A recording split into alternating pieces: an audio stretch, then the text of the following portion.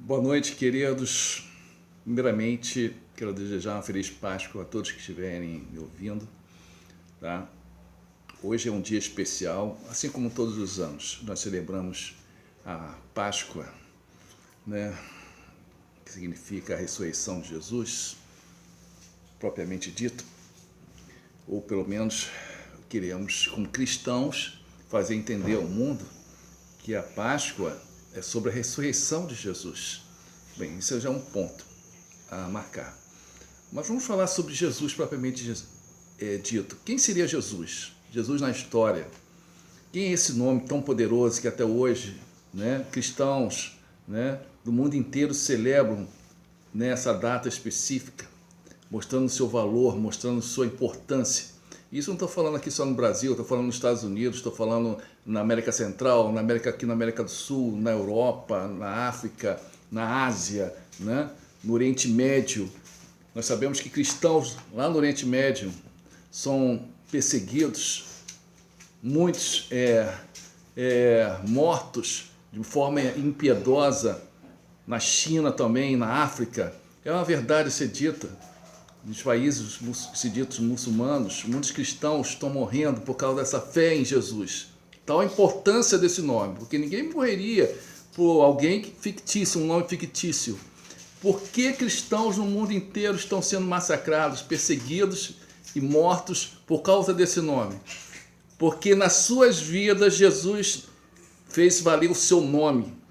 Jesus fez valer o seu poder, sua autoridade nas suas vidas, transformando, salvando, curando muitos deles de forma milagrosa, de doenças que vocês nem possam imaginar. Eu já vi mesmo vídeos onde pessoas sendo curadas, libertadas, e esse testemunho eu dou não por mim mesmo, porque eu tenha vivido, porque eu tenho vivido o poder de Deus na minha vida, mas eles muito mais nesses países têm vivido experiências tremendas. Isso eu não estou dizendo somente nesses dias, nesse século, mas por séculos, desde a vinda de Jesus a esse mundo pela primeira vez, nós temos ouvido e testemunhado ou lido, lido testemunhos de épocas passadas do poder de Jesus. E isso tem se manifestado no dia de hoje, quando pessoas pela primeira vez ouvem o Evangelho, o nosso Senhor Jesus Cristo, recebem oração, e o poder de Deus se manifesta naquela vida.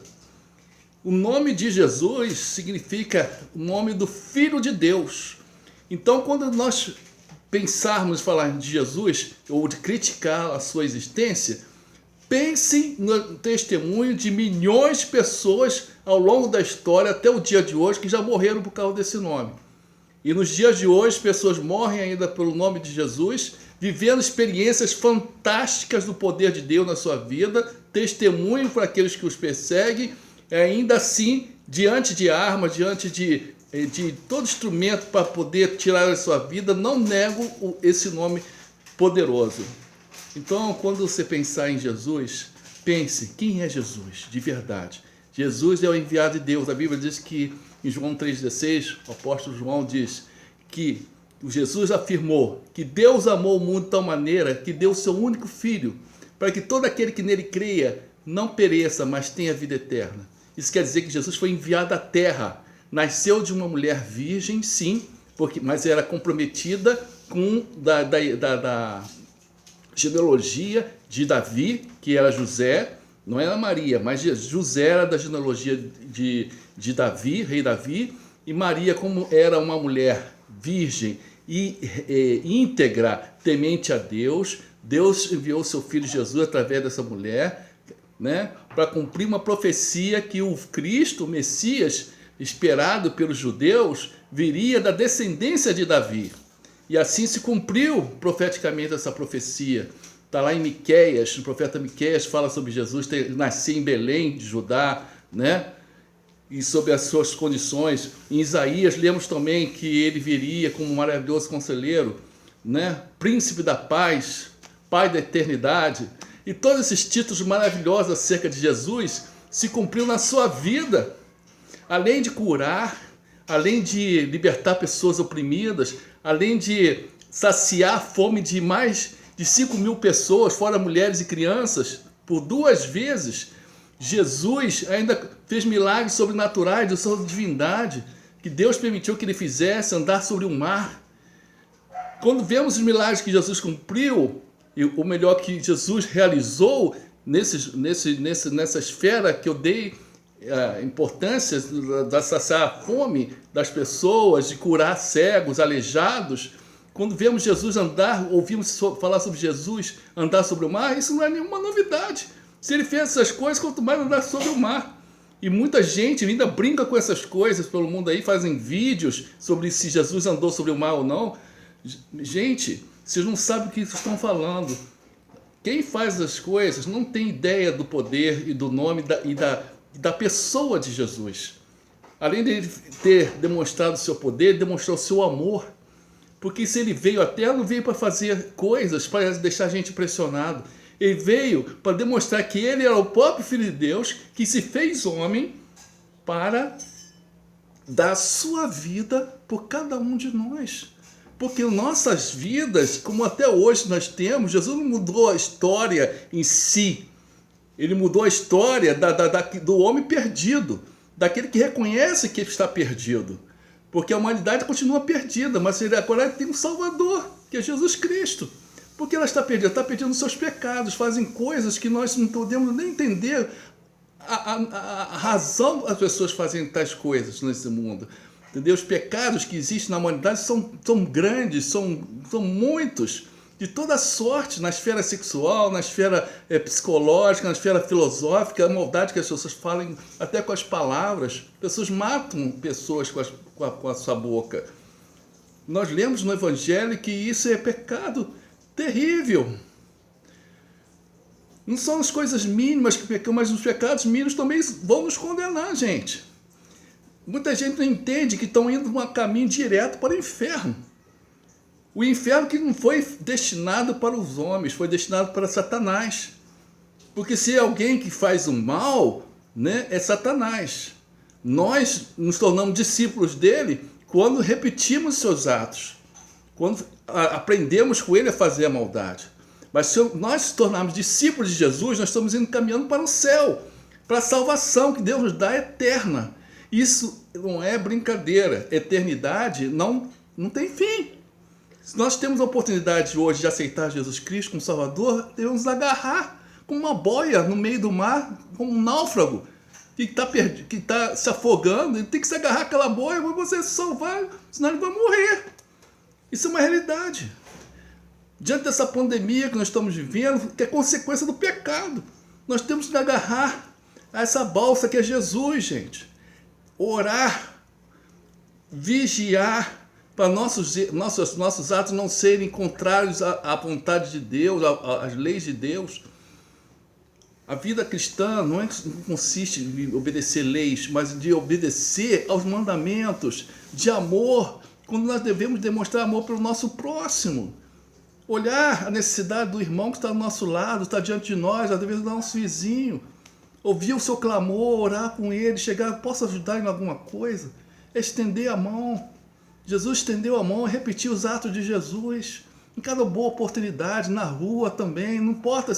A gente não tem que olhar se a pessoa está enganando ou não, a gente tem que fazer isso com o nosso coração, olhar para a necessidade daquela pessoa. Se ela não está necessitada fisicamente, mas está necessitada espiritualmente. Quando eu vejo uma pessoa me pedir, além de eu dar alguma coisa para ajudar, o alimento, também eu dou a palavra de Deus. Porque se a pessoa estiver em falsidade com ela mesma, ela está em falsidade com os outros, ela está em falsidade com ela mesma em primeiro lugar. Então ela está pecando contra si mesma. Quando eu levo a palavra de Deus, eu levo o verdadeiro alimento que ela precisa, que é o pão espiritual, que é Jesus. Jesus é esse pão maravilhoso, está disponível para nós, enquanto nós estamos vivendo, como temos fôlego de vida. Comamos desse pão, comamos de Jesus, aprendamos com Ele a viver verdadeiramente, que Ele diz que eu sou o caminho, a verdade e a vida, ninguém vai ao Pai senão por mim. Eu sou o pão da vida, aquele que de mim se alimenta nunca vai ter fome, aquele que de mim bebe, eu sou a água da vida, aquele que de mim bebe nunca vai ter sede. Diz que aquele que crê em mim jamais vou lançar fora, e aquele que crê em mim, rios de água viva vão jorrar do seu ventre. Quantas vezes eu já senti essa experiência dos rios jorrarem de dentro de mim, quando eu estou trazendo uma palavra de amor para alguém necessitado, carente, em lágrimas, alguém enfermo, doente no hospital. Minha gente, Jesus é maravilhoso. Olhe para Jesus como seu Salvador e Senhor. Não se trata apenas de aceitar Jesus como seu Senhor e Salvador. É reconhecer que Ele é amor, que Ele mudou a história da humanidade. Que o testemunho dele chegou até nós pelo seu poder na história do mundo inteiro. Se fala de Jesus, se o nome dele não fosse verdadeiro, como é que chegaria até nós? Como é que o mundo todo estaria clamando pelo nome de Jesus? Aprendam, reconheçam que Jesus Cristo está à porta, batendo no seu coração. Se você está perdido, se você está distante dele, se você não reconhece que Jesus é real, que Jesus é verdadeiro, entenda a luz da história. Os historiadores, a arqueologia, isso é o mínimo. As vidas das pessoas que já têm dado a sua vida por Jesus ao longo da história falam mais alto ainda.